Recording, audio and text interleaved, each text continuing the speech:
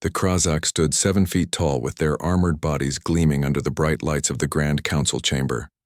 Their forearms ended in sharp claws that could tear through metal, and their exoskeletons could withstand weapons that would vaporize most other species. They were the undisputed physical champions of the galaxy, and they made sure everyone knew it. Supreme Commander Vrazik watched as the newest species to join the Galactic Council filed into the chamber. Humans. They looked so soft, so vulnerable. Their skin had no natural armor. Their limbs were limited to just 2 arms and 2 legs. Their teeth were nearly flat, and they had no claws to speak of. Vrazik clicked his mandibles in what his species considered laughter. "These are the new arrivals from the Edge systems?" he asked his aide, Subcommander Drezkor. "They look like they would break if I greeted them with our traditional embrace." "Yes, Supreme Commander. They call themselves humans from a planet called Earth," Drezkor replied, consulting his data tablet. "Their ships are primitive, and their weapons systems are nothing special. Our analysts predict they will be a minor trade partner at best." The Galactic Council chamber was arranged in a hierarchical pattern. The founding species, the Krozak, the crystalline luminar, and the gaseous Voth, occupied the front rows. Behind them sat the second-tier species who had proven their worth through military might or economic power. The newest and least important species were assigned seats at the very back of the chamber, furthest from the central speaking platform. The human delegation, led by Captain Laura Harrison of the Earth Diplomatic Corps, approached the Council's administrative officer. She was of average height for her species, with short brown hair and a formal blue uniform adorned with silver insignia. "Captain Harrison and the human delegation from Earth," the administrative officer announced. "You have been assigned seating, Section 12, Row 30, the very back of the chamber." Vrazik watched carefully. This was always his favorite moment when meeting new species. Most protested vigorously when assigned the back rows. Some had even walked out in offense, only to return later with more humble attitudes after realizing the power dynamics at play. The Krozak enjoyed this display of dominance. It established the natural order of things from the start, but Captain Harrison simply nodded. "Thank you," she said. "Section 12, Row 30 will be perfect." The administrative officer, a long-necked Qualian, seemed surprised. "You understand this is the farthest seating from the council floor?" "Yes," Harrison replied with a slight smile. "We understand. Thank you for accommodating us." Vrazik narrowed, his compound eyes. This was not the reaction he had expected. The human delegation, 5 of them in total, made their way to the back of the chamber without complaint. His gaze followed them as they settled into their seats. Strangely, they seemed almost pleased with their position. The human security officer, a broad-shouldered man named Samuel Powell, took a position standing behind his seated colleagues. His eyes constantly scanned the room. The other diplomats arranged their data tablets and prepared to take notes. "Curious," Vrazik said. "They accept their low status without protest." "Perhaps they are simply aware of their weakness," Drezkor suggested. "They know they cannot challenge our position." "Perhaps. But something about their behavior didn't quite fit that explanation. The humans didn't look submissive or defeated. If anything, they appeared comfortable." The council meeting began with the traditional opening statements from the founding species. Vrazik took the platform and delivered his speech about strength and unity, the same words he had spoken many times before, emphasizing how the strong protected the weak in exchange for their loyalty and resources. Throughout his speech, he found his attention drawn back to the humans. Unlike other delegations who watched him with obvious fear or forced admiration, the humans observed everything with calm interest. Their eyes didn't just focus on him, but moved systematically around the chamber, noting exits, other delegations, and security positions. When it came time for the new species to introduce themselves, Captain Harrison walked the long distance from the back of the chamber to the speaking platform. She moved with confidence, her posture straight but relaxed. "Honored members of the Galactic Council," she began, her voice clear and strong despite her small size compared to many of the other species. "On behalf of Earth and all humans, we thank you for welcoming us into this community of worlds. We come seeking peaceful cooperation and mutual growth. Her speech was brief and diplomatic, offering friendship without making grand promises. When she finished, she walked the long path back to her seat at the rear of the chamber. After the meeting, Vrazik approached the human delegation as they prepared to leave.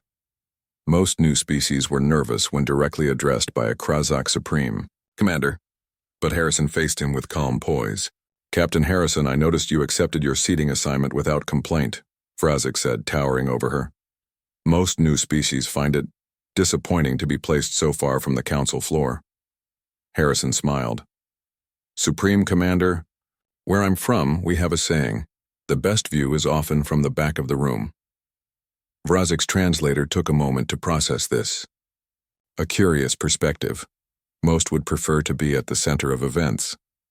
"We're observers by nature," she replied, "and you can see so much more from the back." The human security officer, Powell, stood slightly behind Harrison, his gaze never settling in one place for too long. Vrazik noticed how he positioned himself, not directly between Harrison and potential danger as most bodyguards would, but at an angle that gave him clear sight lines to the entire chamber. "Your security officer seems vigilant," Vrazik noted. "Does he expect trouble in these hallowed chambers?" "Lieutenant Powell is simply doing his job," Harrison said. "Being prepared is part of our nature." "Prepared for what?" "Whatever comes next," she answered with another smile. "We humans like to stay ready." As the humans departed, Vrazik turned to Drezkor. "Have our intelligence division prepare a detailed report on human behavior patterns. There's something unusual about them." "They seem harmless enough," Drezkor replied. "Just another soft-bodied species that will need our protection." "Perhaps," Vrazik said, watching as the humans exited the chamber, walking in a formation that gave them clear views of everyone around them. "But I suspect there's more to these humans than appears at first glance. They're too comfortable in the back row.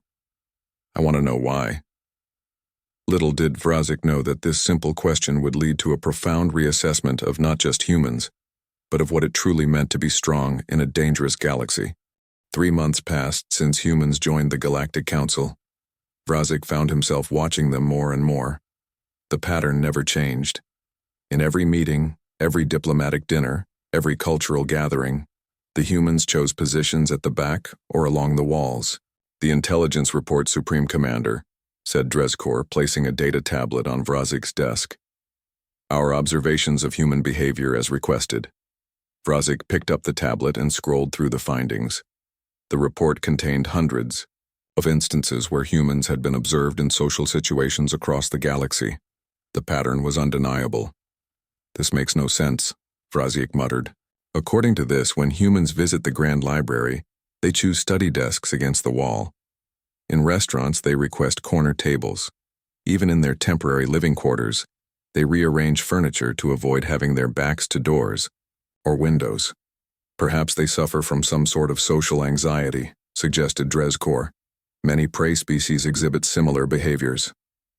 "But they don't act fearful," Vrazik countered. "They're relaxed in these positions. And look at this footage from the trade conference."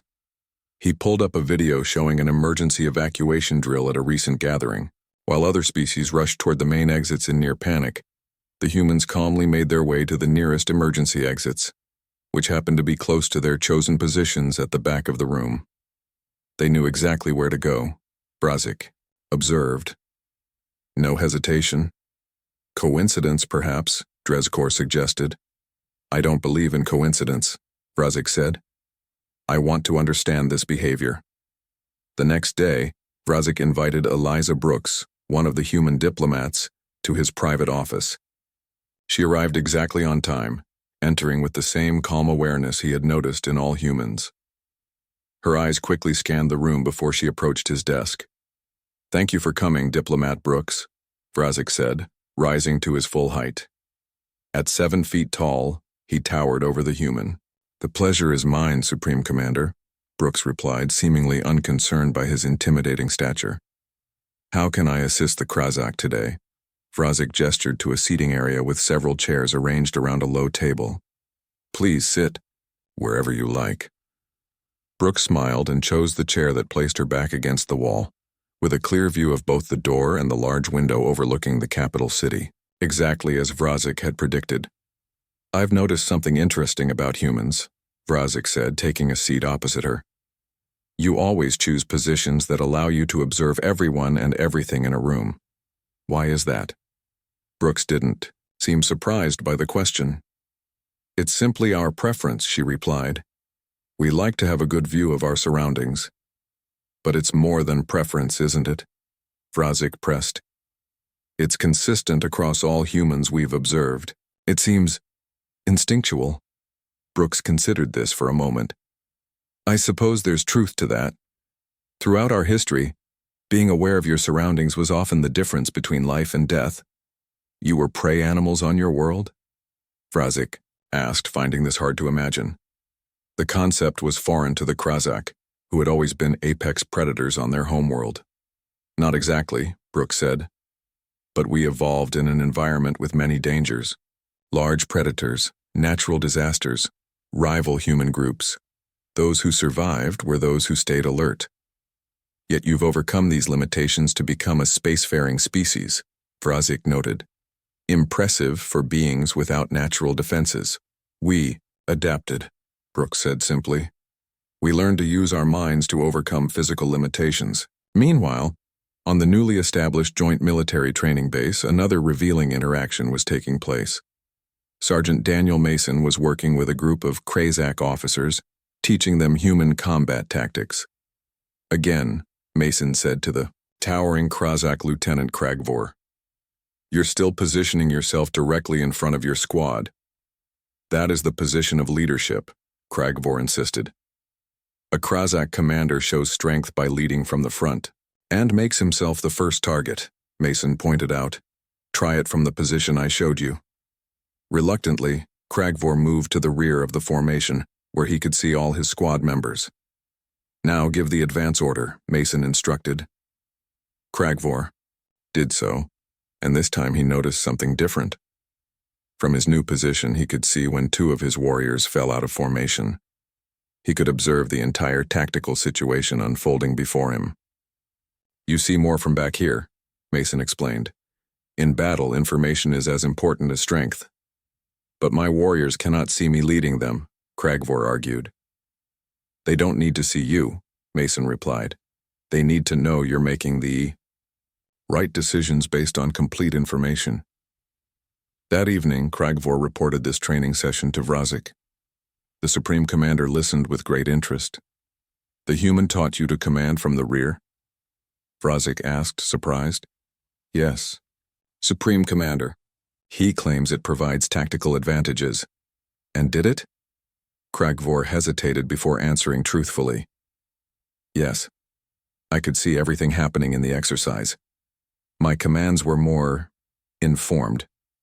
Vrazik's interest in humans grew stronger. He ordered more extensive observations, not just of diplomats but of all humans now scattered throughout Galactic Council space.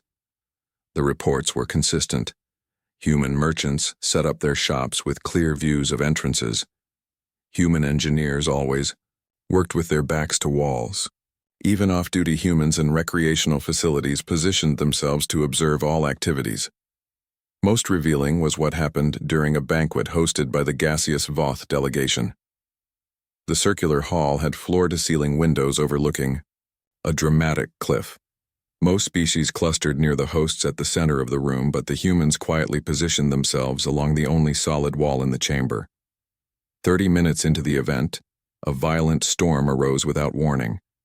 The winds shattered several of the windows, sending dangerous shards flying across the room. Most delegates were caught in the open, but the humans were already sheltered against the one safe wall. "It wasn't luck," Vrazik said later, reviewing the security footage with his war council. "Somehow they knew the safest position in that room before anything happened." "Perhaps they checked weather reports?" suggested an advisor. "The storm wasn't in any forecast," Vrazik replied. "No, this is something else. These humans have an understanding of space and danger that we've overlooked." That night, Vrazik stayed late in his office reviewing human history files. What he found challenged everything the Krazak believed about strength and power. These soft-skinned creatures without claws or armor had survived against incredible odds on a planet filled with dangers. While the Krazak had evolved to meet threats head-on with overwhelming force, humans had developed a different approach: awareness, preparation, and strategic positioning. They don't sit at the back because they're weak, Vrazik realized. They sit at the back because they're smart. The station alarms blared throughout Proxima Station. Red emergency lights flashed in every corridor. What had begun as a routine interspecies conference had suddenly turned into chaos. A terrorist group from the Vrulthar Collective had infiltrated the station. They moved through the main conference hall, weapons drawn, taking hostages and making demands. Supreme Commander Vrazik had been attending the conference along with representatives from 20 other species. When the attack began, he instinctively moved to engage the terrorists directly. As the galaxy's strongest species, the Krazak were expected to protect others. "Everyone stay back," he shouted, his powerful frame moving forward. But then something unexpected happened. The small group of humans who had been quietly observing from the back of the conference hall suddenly sprang into action. Gregory Patel, a civilian consultant, who had been sitting against the rear wall, activated something on his wrist. A shimmering energy field expanded outward, creating a protective bubble that shielded a dozen delegates who had been near him. "Get behind the shield," Patel called out, his voice calm but firm. At the same time, Captain Natalie Rivera, who had been standing near the exit, moved quickly to the door controls. Her fingers flew across the panel overriding the system. The doors to the conference hall sealed shut with a hiss. "I've locked down this section," she announced. "The terrorists can't bring in reinforcements." Most surprising was the action of Jason Clark, who had been so quiet during the conference that most delegates had barely noticed him. As the lead terrorist approached a group of cowering delegates, Clark moved with incredible speed. From beneath his simple jacket, he pulled out a sleek device. A pulse of energy shot forth, striking the terrorist and causing him to collapse. Two more terrorists turned toward Clark, raising their weapons. But he was already moving, diving behind a column while firing two more shots. Both found their targets. The terrorists fell, unconscious. The remaining terrorists realized they were trapped. The human Rivera had sealed the exits. The human Patel was protecting potential hostages. And the human Clark had neutralized half their team in seconds. In less than a minute, the situation had completely reversed. Vrazik stood stunned as Clark approached the remaining terrorists. His weapon held steady. "Drop your weapons," Clark said simply. "Your reinforcements can't get in and your escape route is cut off. It's over." Seeing no other option, the terrorists surrendered. After security teams arrived and took control of the situation, Vrazik approached Clark. The human was talking quietly with his colleagues, their posture relaxed now that the danger had passed. "You were prepared for this attack," Vrazik said. It wasn't a question. Clark glanced at him. "We're always prepared, Commander. It's what we do." "How did you know?" Vrazik demanded. "Did you have intelligence about this attack?" "No," Rivera said, joining them. "We didn't know about this specific threat." "Then how? How did you have weapons?" "Shields? How did you know what to do?" Patel smiled slightly. "We always carry personal protection devices. Standard procedure for human diplomatic security. And as for knowing what to do," he shrugged. "We had the best view in the room." "From the back," Vrazik said, understanding beginning to dawn. "From the back," Clark confirmed. "We saw the terrorists enter. We noticed their unusual behavior. We had time to prepare while everyone else was focused on the speaker." Later that day, Vrazik called an emergency meeting of his war council. The Proxima Station incident had been contained with minimal casualties, but it raised serious questions about security and about humans. "I want to see all footage from the conference hall," Vrazik ordered. "Show me everything the humans did from the moment they entered until the attack was over." The security recordings told a clear story. The humans had entered the conference hall early before most other delegates. They had examined the room thoroughly, noting exits, cover positions, and vulnerable areas. Then they had taken positions that gave them complete visual coverage of the space. one at each exit, one at the back wall, one near the refreshment area. During the hours of speeches and discussions that followed, the humans appeared to be paying attention to the proceedings, but the enhanced footage showed their eyes constantly moving, scanning the room, noting who entered and left. When the terrorists first entered, disguised as maintenance workers, the humans had noticed immediately. Subtle hand signals passed. Between them, they shifted positions slightly. They readied themselves. They saw it coming, whispered Drezkor, watching the footage with Vrazik. Even though they had no advance warning, they saw the attack developing and prepared for it. While we, the mighty Krazak, were caught completely by surprise, Vrazik added bitterly. After reviewing the footage, Vrazik requested a private meeting with the human security team. They met in a secure conference room on the station. As IDU expected, the humans chose seats that gave them clear views of the door and all parts of the room. I want to understand, Vrazik began, how you were able to respond so effectively to the attack. Jason Clark, who had taken down 3 terrorists, answered simply. Situational awareness, Commander. We're trained to constantly observe our surroundings and identify potential threats before they develop. And the positioning at the back of rooms? Basic security practice, Rivera explained. It gives us the widest field of view. We can see everyone and everything. No one can approach unseen. All potential threats remain in our line of sight. But this isn't just your security personnel, Vrazik pointed out. All humans do this, even civilians. Your diplomats, merchants, everyone positions themselves this way. The humans exchanged glances. Finally, Patel spoke up. It's deeply ingrained in our psychology, Commander. Throughout our evolution, we survived by being aware of our surroundings. Our ancestors lived in environments where danger could come from any direction. Predators, rival tribes, natural disasters. Those who survived were those who stayed alert and kept their backs protected. But you're no longer prey on your world, Vrazik said. You've advanced technologically.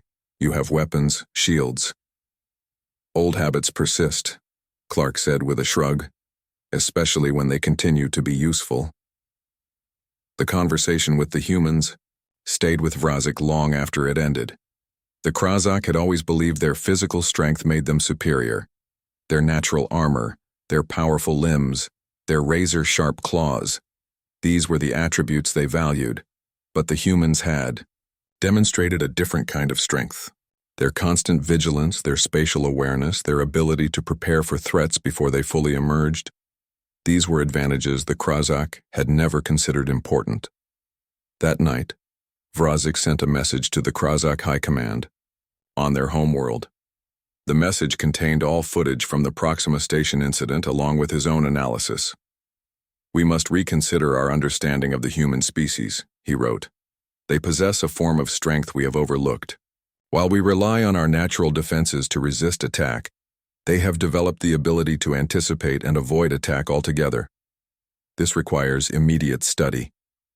The High Command's response came swiftly. Begin comprehensive analysis of human, evolutionary history. We must understand the source of this behavior.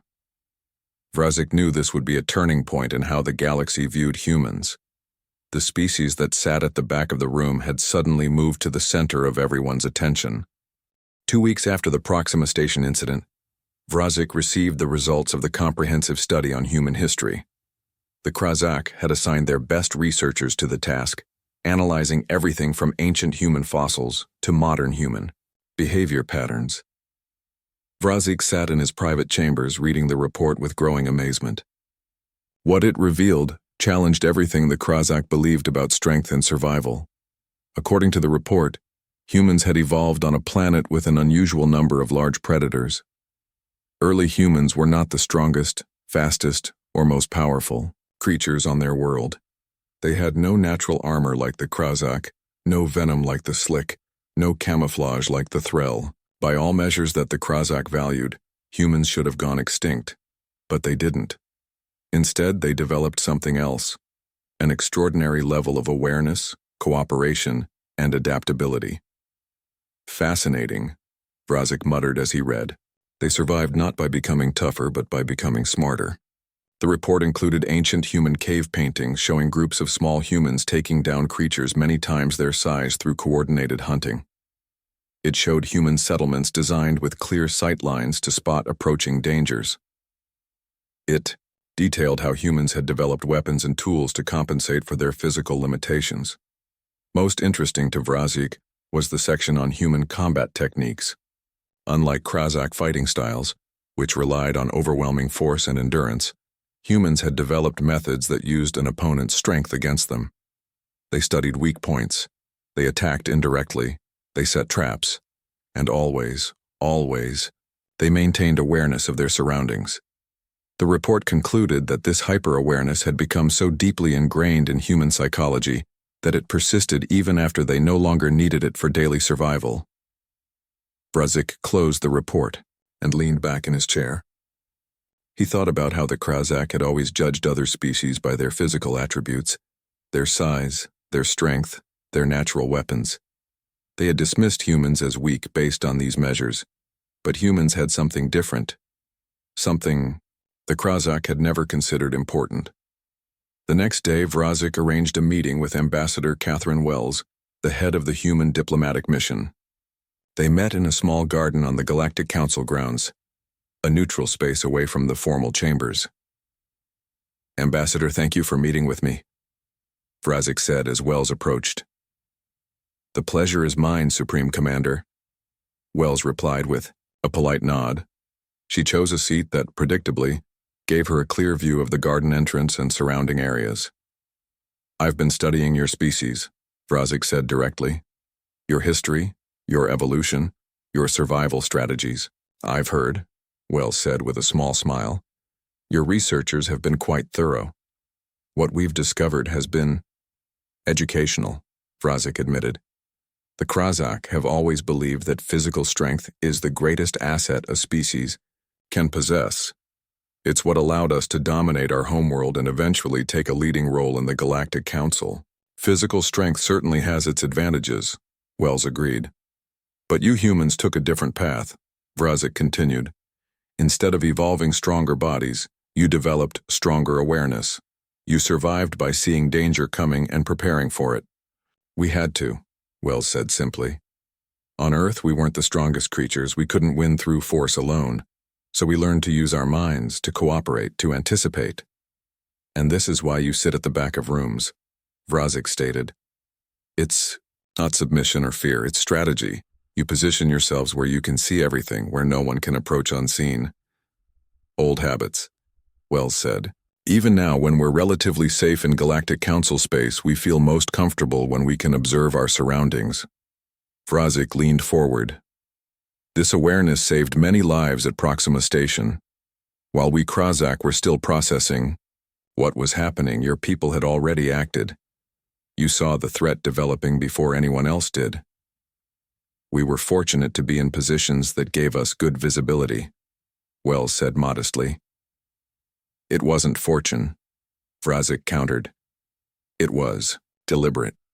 Your people chose those positions because they provided tactical advantages. And you've been doing this all along in every meeting, every gathering, always positioning yourselves for maximum awareness." Wells didn't deny it. "It's second nature to us. The Krazakh Council has been discussing what we've learned about humans," Vrazik said after a moment. "We believed we were the strongest species in the galaxy because of our physical attributes. But strength comes in many forms, doesn't it?" "It does," Wells agreed. "The ability to withstand physical damage is certainly valuable, but so is the ability to avoid that damage in the first place. Your people demonstrated this perfectly at Proxima Station," Vrazik said. "While we prepared to fight the terrorists directly, your people had already taken control of the situation. You prevented the attack from succeeding before it had fully begun." Over the next few days, Vrazik shared the findings about humans with other species in the Galactic Council. Many were shocked to learn that the seemingly meek humans who always sat at the back of rooms were actually practicing a sophisticated survival strategy. The Luminar, a crystalline species with limited mobility, were particularly interested. Perhaps we should adopt this human approach, their ambassador suggested during a council session, positioning ourselves for better awareness rather than relying solely on our natural durability. Even the gaseous Voth, who had always considered themselves superior due to their ability to change form, expressed new respect for humans. They compensate for physical limitations through mental adaptation, the Voth representative noted, a strategy we had not considered. A week later, Vrazik received a message from the Krazak High Command. They had reviewed all the information about humans and reached a decision. Krazak military training would be modified to incorporate human situational awareness techniques. Additionally, the High Command ordered that humans should be consulted on security matters throughout Galactic Council space. The species we thought was weak has much to teach us, the message concluded. That evening, Vrazik found himself thinking about the first time he had seen humans in the council chamber, taking their seats at the very back without complaint. He had misinterpreted their behavior completely, seeing submission where there was actually strategy. We thought they accepted the back row because they knew their place, he said to Drezkor. But they chose the back row because it gave them power we didn't even recognize. Drezkor nodded. They are teaching us to see strength differently, Supreme Commander. Yes, Vrazik agreed, and I wonder what else we might learn from these humans who always watch from the back of the room. 6 months after the Proxima Station incident, the Galactic Council held a special summit on the Krazak homeworld, Kraz Prime. For the first time in the Council's long history, the traditional meeting chamber had been redesigned. Gone was the hierarchical arrangement that placed the founding species at the front and newer members at the back. Instead, the chamber now featured a circular design where all species sat as equals. Supreme Commander Vrazik stood at the entrance, watching as delegates from across the galaxy filed in. Many seemed confused by the new layout, unsure where to sit without the familiar hierarchy to guide them. The human delegation, led by Ambassador Eric Bennett, entered the chamber. Vrazik noticed immediately that despite the circular arrangement, the humans requested a slight modification to their seating area. Their chairs were positioned slightly apart from the others, with their backs near the chamber walls. Vrazik approached Bennett as the delegates settled in. I see some habits are hard to break, Ambassador, he said, gesturing to the human's position. Bennett smiled. Some preferences are deeply ingrained, Commander. Thank you for accommodating us. After what we've learned, it would be foolish not to, Vrazik replied. Your positioning preference has proven its value. The summit began with a historic announcement. Based on the events at Proxima Station and subsequent research, the Galactic Council was implementing new security protocols, developed jointly by Krazak and human experts. These protocols emphasized environmental awareness, strategic positioning, and threat anticipation, all concepts that humans had practiced naturally for generations. After the formal sessions ended, Vrazik invited Bennett to tour the ancient Krazak Military Academy. As they walked through the training grounds, Bennett noticed something unusual. Young Krazak warriors were practicing in formations that looked strikingly similar to human tactical positions. Your warriors are adopting human techniques? Bennett asked, surprised. We're adapting them to our physiology, Vrazik explained. The Krazak have always believed that the strongest position is at the front, facing danger head-on. But your people showed us their strength in watching, waiting, and seeing the complete picture. They stopped at a viewing platform overlooking a large training arena. Below them, Krazak warriors practiced a new fighting style that combined their natural strength with human-inspired awareness techniques. For centuries, we trained our warriors to charge forward, relying on their armor and claws, Vrazik said. Now we're teaching them to observe first, to understand the battlefield completely before engaging. And how are they responding to this change? Bennett asked. Some resist, Vrazik admitted. Old ways die hard, but the results speak for themselves. Our success rate in training exercises has improved by 30%. As they continued their tour, Bennett noticed something else. The academy buildings had been redesigned. Observation posts had been added at strategic locations. Security stations were positioned with clear sightlines of all approaches. Your influence extends beyond training techniques, Vrazik noted, following Bennett's gaze. We're rethinking everything, from our military tactics to our architecture. That evening, a formal dinner was held to conclude the summit. The grand dining hall featured tables arranged in a pattern that gave every species optimal viewing of the entire space. The Krazak hosts had clearly designed the layout with human principles in mind. As the dinner progressed, Vrazik rose to address the gathered delegates. Today marks a new era for the Galactic Council, he announced. For too long, we Krazak believed that strength came only from physical power, from our natural armor, our sharp claws, our imposing size. The Krazak delegates nodded in agreement. These had always been the traits their species valued most highly. But our newest council members have taught us an important lesson, Vrazik continued, gesturing toward the human delegation. True strength includes awareness, preparation, and adaptation. The humans, who we once considered physically unimpressive, have shown us that how you position yourself can be more important than how hard you can fight. Bennett and the other humans listened with interest. They had never expected to have such an influence on the galaxy's dominant species. We misunderstood why humans always sit at the back of rooms, Vrazik said. We thought it was deference or timidity. Now we know it is strategy, a survival tactic honed over thousands of years of evolution. After the dinner, Vrazik took Bennett to a quiet balcony overlooking the capital city. The lights of Kraz Prime stretched out before them, a dazzling display of the Krazak's technological achievement. Your people still watch from the edges, Vrazik observed, even now, when we understand and respect your strategy. Bennett nodded. It's who we are, Commander. Old habits from an old world. On Earth, we have a saying, the most dangerous predator is the one you don't see coming. And the most dangerous prey? Asked Vrazik. The one that's always watching, replied Bennett. Vrazik considered this. Perhaps that is why your species has advanced so quickly. You were prey that learned to think like predators. While remaining prey at heart, Bennett added, we never lost our vigilance. In the months that followed, the influence of human thinking spread throughout Galactic Council space. Species that had once competed for positions of prominence now considered different factors in their strategic decisions. The Luminar redesigned their crystalline habitats to provide better visibility.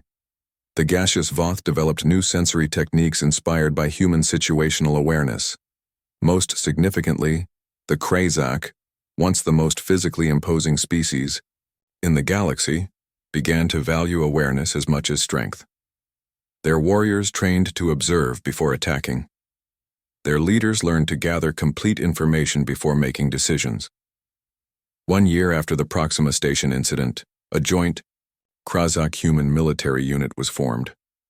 During their first training exercise, Sergeant Olivia Martinez noticed something remarkable. The massive Krazak warriors who had always charged ahead in battle now positioned themselves with strategic awareness, maintaining sight lines and protecting their flanks. You've changed how you fight, Martinez observed to the Krazak squad leader. We've expanded our understanding of strength, the warrior replied. The Krazak still have our armor and our claws, but now we also have your eyes, your way of seeing the whole battlefield. When asked later to explain to new recruits why humans always positioned themselves at the back of rooms, Martinez smiled. Because we learned long ago that survival isn't just about being the toughest, she said. It's about seeing the whole board. And sometimes to see everything clearly, you need to step back. Throughout the galaxy, humans continued to choose seats at the back of rooms. But now, everyone understood why.